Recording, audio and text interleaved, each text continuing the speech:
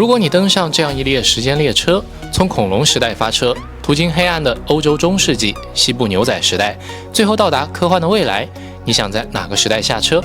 这4块时代的底板就是乐高大师半决赛的试题，以抽签的方式决定选手们要创造哪个时代的场景。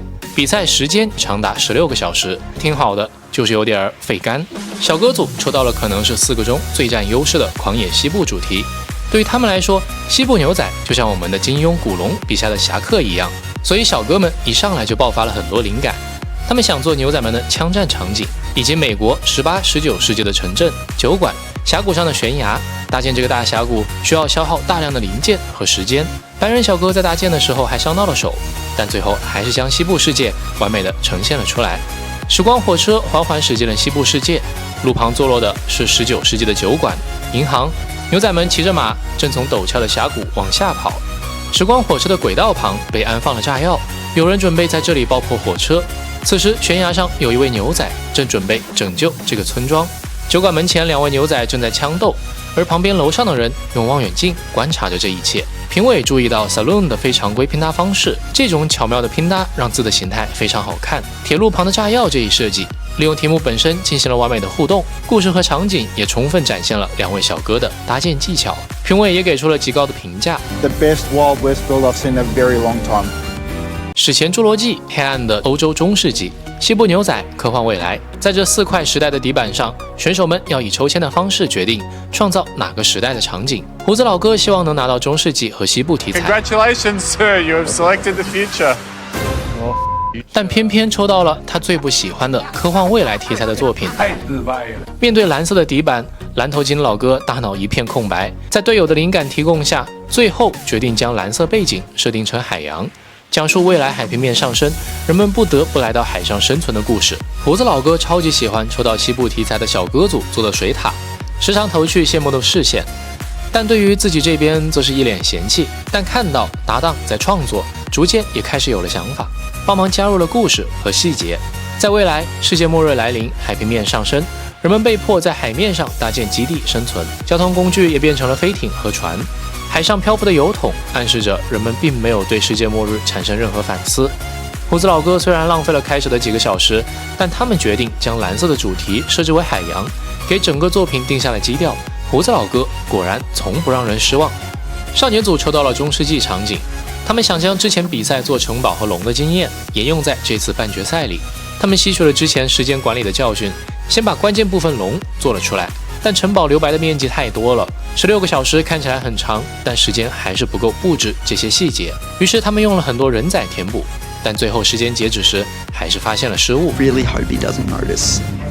这座城堡中住着国王和王后。一天，城门外出现一只巨龙，嘴里喷射着火焰。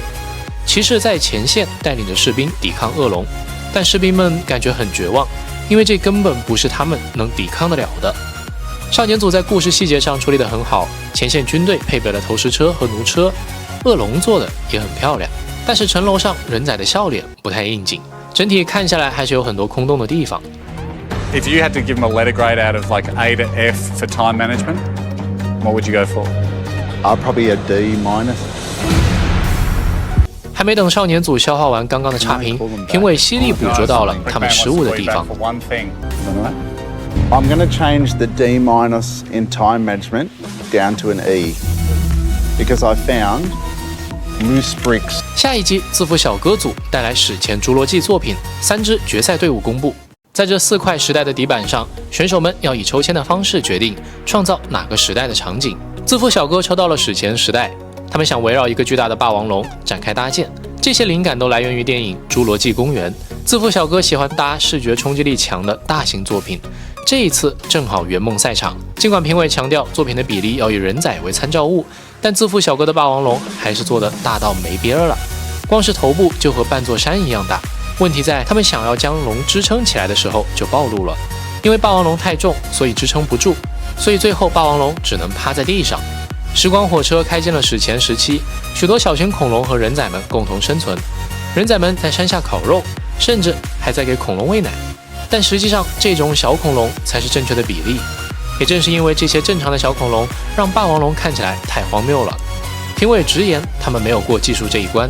而且规则上每个区域只能做属于这个时代的东西，而史前时代却出现了披萨、奶瓶、吉他，这些设计就弄巧成拙地成为了扣分项。半决赛的4组作品已经展示完，老规矩，由评委选出最好的一组。结果很明显，作品最好的是小哥组，第2名给了胡子组，剩下的2组则自动垫底。自负小哥组和少年组中将有1组止步决赛。首先，自负小哥组每次都想计划做得很大，这次的霸王龙更比例离谱。少年组在城堡和龙上花了很多时间，留白有些多，细节不够丰富，而且还被评委发现零件松动的失误。One team showed a clear story and excellent technical ability. So going through to the final, Jordan and Miller, congratulations. 最终，自负小哥组无缘决赛。Even from the first build, you were trying to like hit the roof with your builds. 下周最后的3支队伍将参加总决赛，角逐乐高大师。